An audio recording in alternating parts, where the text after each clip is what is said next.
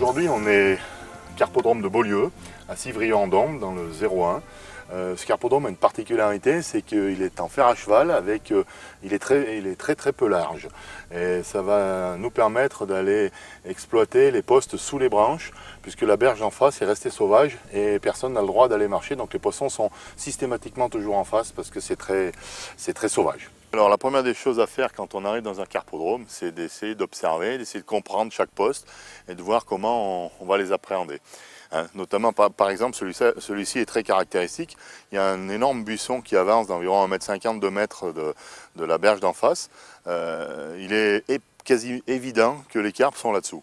Soit pour atteindre des petites chenilles, des moucherons, des choses qui tombent de l'arbre, soit tout simplement pour se mettre au frais et à l'abri.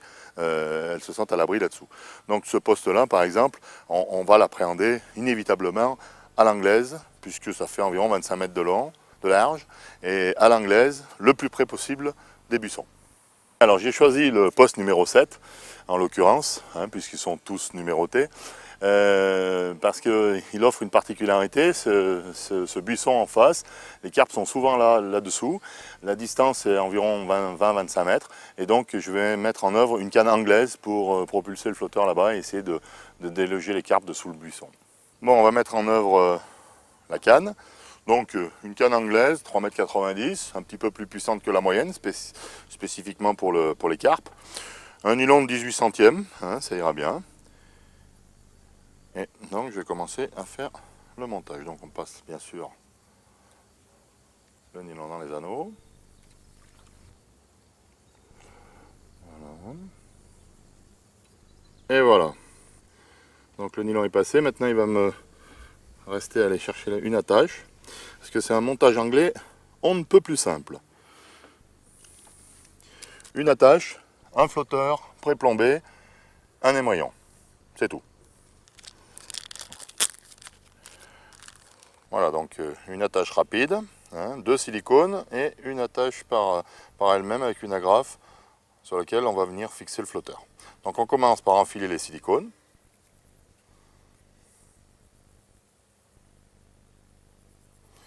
Il n'y a théoriquement rien de plus simple. Voilà. Le premier. Et un deuxième. Voilà, les deux silicones sont enfilés. Maintenant, on va prendre l'agrafe. Tout simplement, on enfile une partie de l'agrafe sur le premier silicone. Quand on aura réglé le fond, on fera un tour ici pour que le flotteur ne bouge plus. Et on enfile le deuxième silicone. Et voilà. Le flotteur, lui, on va l'attacher ici. Bien, maintenant, il suffit d'aller prendre un flotteur. Bon, là, une vingtaine de mètres. Pour l'instant, il n'y a pas beaucoup de vent. Mais bon, pour être stable, on va quand même utiliser un flotteur de 6 grammes. Avec pas du tout de plomb sur la ligne. C'est-à-dire qu'il est lui-même équilibré avec l'agrafe. Donc voilà, on vient chercher l'agrafe. On referme, bien évidemment, pour ne pas le perdre. Donc cette agrafe, ça va éviter de vriller la ligne parce que le flotteur peut tourner sur sa base par rapport à cet émoillon. Et aussi, il est très souple, ce qui va nous permettre de lancer un petit peu plus loin, puisqu'il est très souple le long de la ligne. Voilà. Donc vous voyez, un montage on ne peut plus simple. Voilà.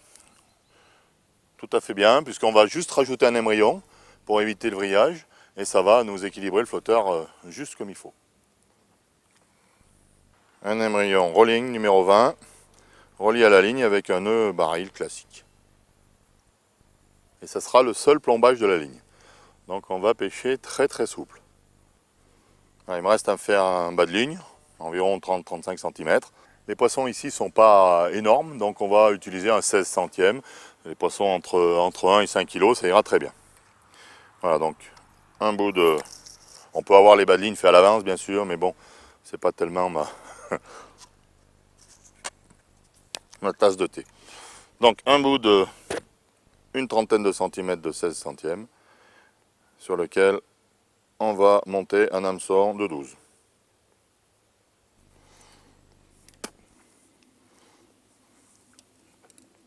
Un émerillon rolling, relié à cet émerillon, 35 cm de 16 centièmes, et un hameçon de 12. Un hameçon de 12, toujours pareil, sur lequel on a préalablement écrasé l'ardillon. Voilà. Alors pour régler ce fond, on défait une des bagues, c'est toujours celle vers le haut. On défait la boucle que l'on a fait avec la ligne, le corps de ligne autour du petit éton qu'il y a sur la graffe, ici, voilà, qui empêche de bouger. Et on fait coulisser la graffe vers le haut ou vers le bas. Vers le haut, bien sûr, si on veut rajouter du fond, et vers le bas, si on veut en enlever. Et pour que le flotteur ne bouge pas, avant de remettre la deuxième bague, on refait 1 ou 2 tours de la graffe et on remet le silicone. Et là, le flotteur est complètement solidarisé de la ligne. Voilà. Hop. Hop là. Très bien. Voilà, exactement où on veut pêcher. On va voir si elles sont au rendez-vous. Alors, je vais commencer par des asticots. Alors, au niveau de l'amorçage, comme dans 95% des cas, ou même plus, on met pas de farine, pas d'amorce dans les carpodromes. Donc là, je vais amorcer à l'agrainage, 20-25 mètres. J'ai choisi des pellets un petit peu plus gros en diamètre, du 7 mm, pour qu'ils soient un petit peu plus denses et pour pouvoir les propulser à cette distance de 20-25 mètres.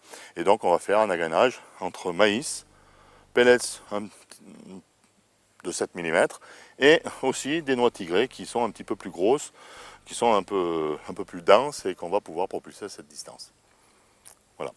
Si on veut jeter les asticots, par contre, là il faudra les coller pour en faire des boules parce que les asticots par eux-mêmes n'iront pas à cette distance.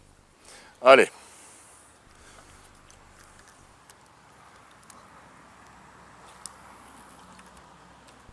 Voilà. On pose la canne sur le support et on va commencer l'agrainage. Ça fait quand même une distance, il faut tirer sur les élastiques.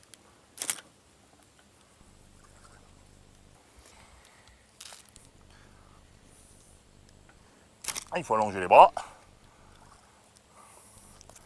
bien que les pellets soient assez lourds. J'utilise une fronde avec un élastique rouge, un petit peu plus puissant que les élastiques verts. Et voilà, j'alterne pellets et maïs. Voilà.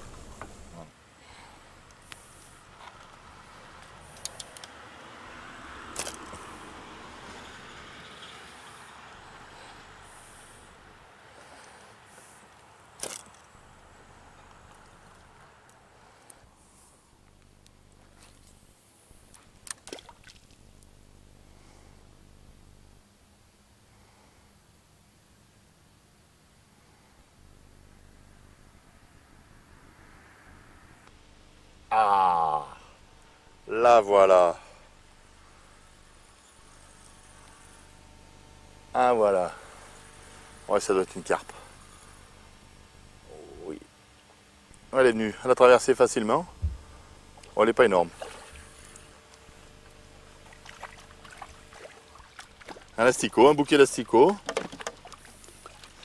Ah voilà. Ça fait plaisir parce que là, quand même, ce matin, elles étaient pénibles. On les a attendues un moment. Voilà. Beau petit carpeau. Un petit kilo. Non, un bon kilo, on va dire. Quand on les attend longtemps, ils nous font plus plaisir que les autres. Des couleurs magnifiques.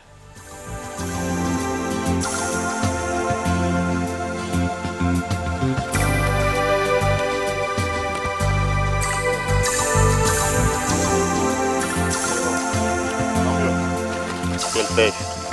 Je souhaite à tout le monde d'en réaliser souvent des comme ça.